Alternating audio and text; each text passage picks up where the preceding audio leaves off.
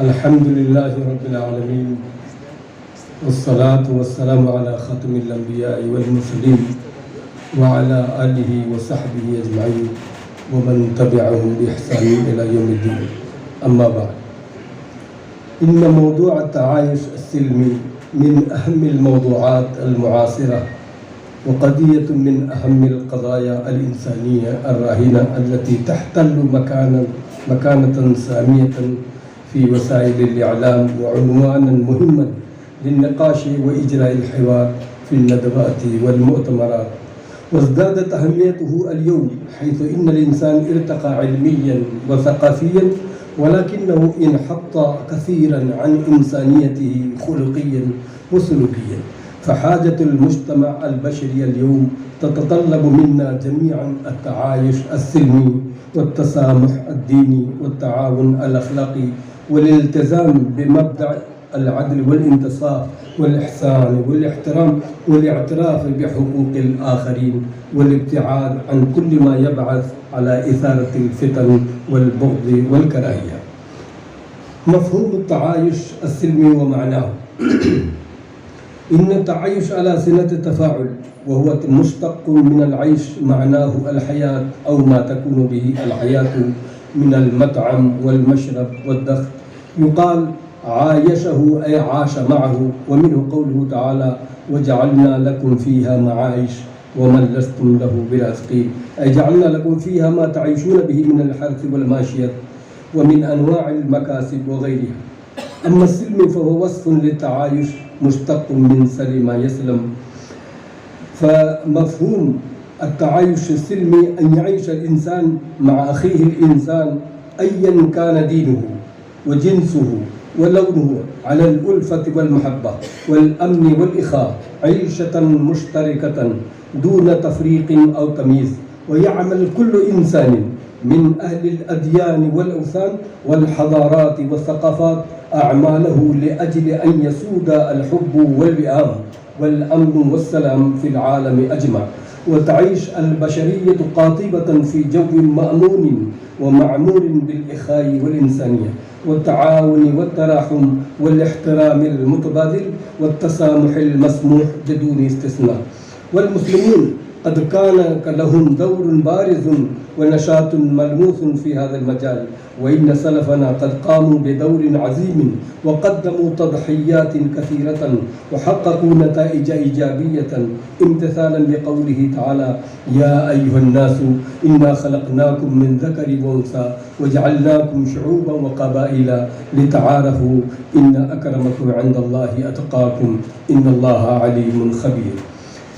أهمية التعايش السلمي. إن التعايش السلمي من أهم القضايا الإنسانية التي تواجه الشعوب والمجتمعات، لا سيما البلاد والمدن التي تعيش فيها أقليات دينية أو عرقية، وتحدث فيها حروب دامية وصراعات فتاكة وخصومات مستمرة ونزاعات متواصلة بين فئة وأخرى، وتمارس أعمال سلبية ووحشية ضد الأفراد والجماعات، بل وضد الإنسانية وكرامتها. ففي هذه الأوضاع الراهنة والمؤلمة نشاهد يوميا الاعتداءات الفردية والجماعية على الأنفس والأموال والأعراض والممتلكات للشعب والحكومة، كما نعاين التفجيرات والانتهاكات علنا.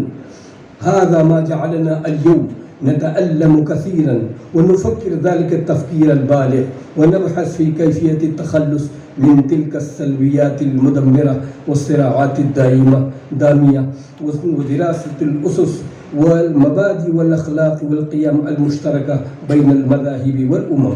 إن دراسة موضوع التعايش السلمي ومكانته في الإسلام في ضوء التشريع الإسلامي حاجة مهمة لكل مسلم، ليتم التفاهم على مبدأ التعايش السلمي والاتفاق على منهجه وسعة قبول التعدد والتنوع داخل الوطن وخارجه، وذلك لمصلحة جميع الأديان والفرق ولفائدة جميع الشعوب والقبائل.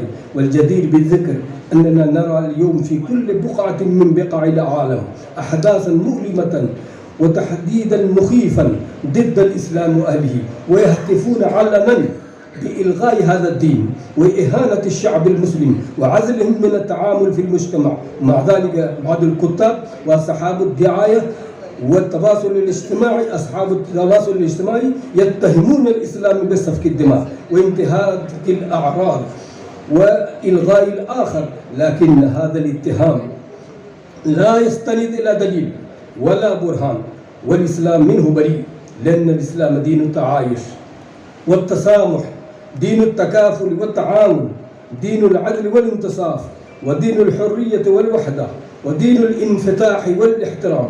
والإسلام دين البشرية قاطبة، فهو يدعو الناس إلى دار الأمن والسلام. فإذا أراد أحد من غير المسلمين الدخول في الإسلام فالإسلام يهنئه ويستقبله بكل رحب وسعة، ويقدم له ما للمسلمين وعليه ما على المسلمين. فإذا أراد كتابي أو وثني من أي بقعة من بقاع الأرض البقاء على دينه والالتزام بمبادئه وهويته فالإسلام لا يجبره ولا يكرهه ولا يفرض عليه تعاليمه البتة، لأن الإسلام قال لا إكراه في الدين. فالإسلام بطبيعته حر بدينه ولغته وثقافته وقيمه، له الحق في العيش والتعايش مع المسلمين، وكذلك المسلم له الحق في العيش مع غير المسلمين في بلادهم. لا يرغم أحد على دين أو لغة، لأن الإسلام مجبول على الكرامة الإنسانية، فلا يحل لشخص المساس بمشاعر المواطنين وأموالهم وأنفسهم وأعراضهم سواء كان مسلما أو غير مسلم، كما قال الله تعالى: ولقد كرمنا بني آدم وحملناهم في البر والبحر ورزقناهم من الطيبات وفضلناهم على كثير ممن خلقنا تفضيلا. فإن الله تعالى قد أشاد في هذه الآية الكريمة بمبدأ الأمن والسلام، وجعل العلاقة بين الناس علاقة أمن وسلام وحب وبيان. فالتعايش السلمي على الحب والإخاء وقبول الآخر مطلوب شرعا وعقلا وفطرة. وإن العالم اليوم قد تحول إلى مدينة صغيرة وقرية محدودة لا يمكن العيش والبقاء فيها إلا بروح التعايش والتراحم والعدل والمساواة والاحترام والإحسان، وبروح الحرية وحسن التعامل مع غير المسلمين كتابيا كانوا وثنيا.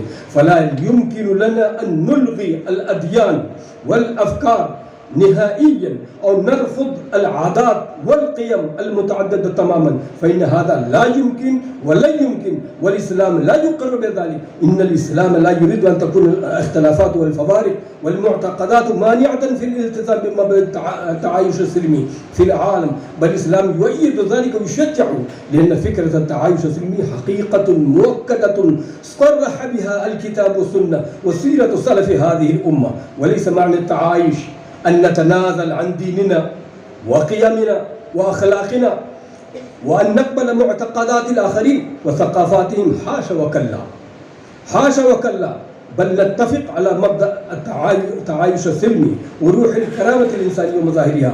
فإذا دخلت روح التعايش السلمي في قلب المجتمع وتجسد علمانيا غلب عليه الأمن والسلام والتقدم والازدهار. فإذا فقد التعايش السلمي وانعدم حل محله الحقد والكراهية والإرهاب والتشريد والإخلاء والإقصاء. وبذلك وهناك آيات متضافرة تؤيد أهمية التعايش وضرورته، كما قال تعالى: لا ينهاكم الله عن الذين لم يقاتلوكم في الدين ولم يخرجوكم من ديارهم أن تبروهم وتقسطوا إليهم إن الله يحب المقسطين.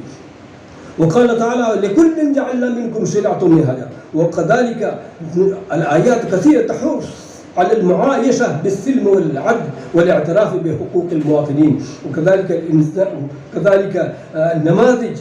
نماذج إسلامية كثيرة ونبوية لتحقيق التعايش السلمي في عهد النبي صلى الله عليه وسلم. وقد أبرم النبي صلى الله عليه وسلم ميثاق حلف الفضول الذي كان شاملا لجميع الطبقات. وكذلك زواجه صلى الله عليه وسلم بصفية بنت حيي وماريا قبطية، كل هذا دليل قاطع وساطع على ضرورة التعايش السلمي. وكذلك فتح الإسلام للمسلمين باب المصاهرة وإحلال نكاح الكتابية ليتحقق مبدأ التعايش والتعاشر بين المسلمين. كل